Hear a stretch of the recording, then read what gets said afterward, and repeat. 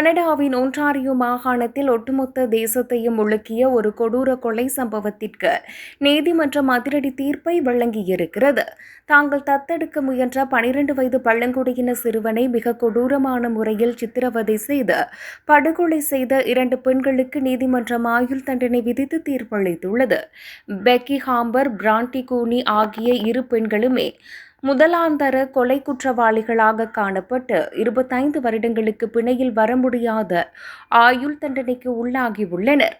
கடந்த 2017ஆம் ஆண்டு இந்த 2 சிறுவர்களையும் தத்தெடுப்பதற்காக தங்களது பொறுப்பில் எடுத்த இந்த ஜோடி 5 வருடங்களாக அவர்களுக்கு நரக வேதனையை கொடுத்துள்ளனர்.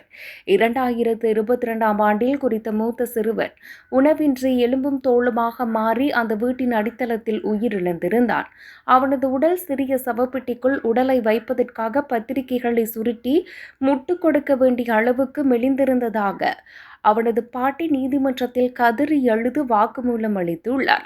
நீதிமன்ற விசாரணையின் போது தப்பி பிழைத்த அவனது தம்பி வழங்கிய சாட்சியம் பார்ப்போரை கண்ணீர் மல்க செய்தது. தங்களை நீண்ட நேரம் அறைகளில் பூட்டி வைத்து நாட்கணக்கில் பட்டினி போட்டதாகவும் கால்களில் ஜிப் டை கொண்டு இறுக்கி கட்டியதால் ஆழமான காயங்கள் ஏற்பட்டதாகவும் அவன் விவரித்துள்ளான்.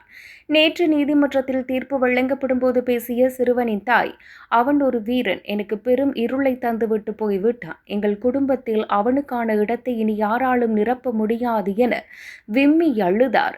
பிள்ளைகளை பாதுகாக்க வேண்டிய சிறுவர் பாதுகாப்பு சபை தங்களது எச்சரிக்கைகளை கண்டு கொள்ளவில்லை என உறவினர்கள் குற்றம் சாட்டியுள்ளனர். இந்த கொடூர சம்பவத்தால் அதிர்ச்சியடைந்த பல ஆசிரியர்களும் சமூக பணியாளர்களும் தங்களது வேலைகளை விட்டே விலகியுள்ளனர்.